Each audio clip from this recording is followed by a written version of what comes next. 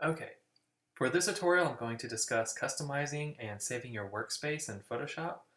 This is especially handy if you share a computer with a friend or coworker who uses different panels or something accidentally gets moved around. You can quickly reset everything to how you like it. Since I primarily work with retouching and restoration, I prefer to have certain panels available and ready to use on the fly. Everyone uses Photoshop differently, so please do not feel that you have to set up your workspace exactly how I do.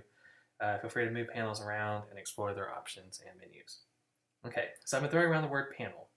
What exactly is a panel? Well, panels used to be called palettes. Adobe changed the naming structure with the release of CS4. And I've been using Photoshop for years, so if I accidentally use the word palette, please forgive me. I mean the same thing as panel. A panel is a grouping of various functions and tools that allow you to change or monitor the image in varying ways. For example, the Tools panel, or Toolbox as it is more commonly known, contains all of the main tools that you'll be using to work on your image. Another example is the Layers panel, which houses all of the layers for your project.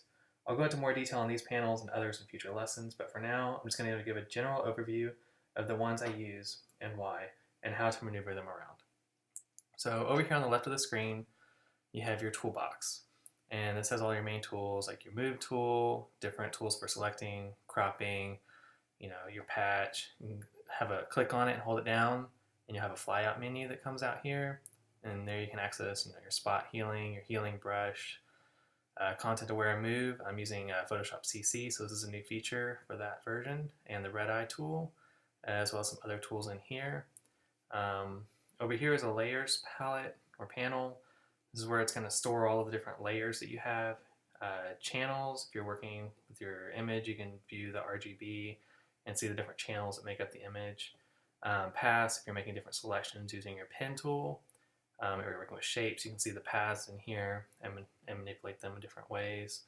If you're working with text, here's your character panels. You can change the font size, leading, kerning, all that good stuff. You can also go into your paragraph tab here where you can change the alignment. I also like to have my info and histogram available. The navigator, what that is if you're zoomed in on part of an image, it'll show you where you are in the whole image.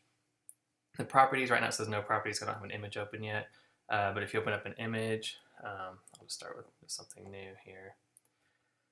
And I'm just going to brush into color real quick. The properties, say if you're doing a curves adjustment, this is where those properties will show up. So you can do different adjustments in there. Change it to black and white, you have the different adjustments for that. And then down here we have the history. So if you want to go backwards, you can, or you can go back forwards. And then different actions. Photoshop comes preloaded with some different actions that you can click on. Just play around with those. You can get to those by clicking on one. And I actually have this size too far down, so we'll adjust it. Then you can just click on one and hit play, and it'll run. And as you can see, I made a wood frame. So all these different panels, you can maneuver them around, pull them out in different ways. These are the ones that I use the most. I prefer to have them organized all over here on the right, but you can move them however you want on your screen. If you line them up and hover them over each other like that, so you get that line, they'll connect to each other, and then you can move them together like that if you wanted to. And then once you have everything moved around the way that you'd like it, obviously this isn't really the best, you can just, I prefer to have my history and actions together over here. I prefer to have the channels, paths, layers all in theirs. It's down over here. And then you can also adjust the size if you need to. If for whatever reason you don't see a panel that I have here, or if there's another one that you use, say the actions panel, if I had that closed, or if I had my layers. Your layers and your toolbox are two of the most important ones that you'll probably be using more than just about any of them.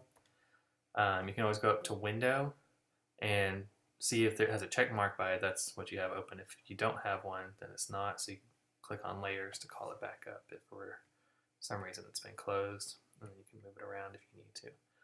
But then once you have all of your panels in place in the way that you would like them, you can come up here to Window and Workspace and create a new workspace, and you can name it whatever you would like. These options here for keyboard shortcuts and menus, that's if you've customized your menu or gone into the keyboard shortcuts and modified those in any way. You can check those and they'll save with your workspace and how you have your panels laid out. You probably aren't going to be messing with those too much, and I haven't changed any, so I'm just going to leave that unchecked for now and hit save. So now I have my test workspace saved. So if I come out here, or somebody else uses my computer and say they close a bunch of these and they don't really have it set up the way I want, I come up here to Window and Workspace, and I can reset my workspace. So that's just a quick way to set up your workspace and how to save it. Thank you.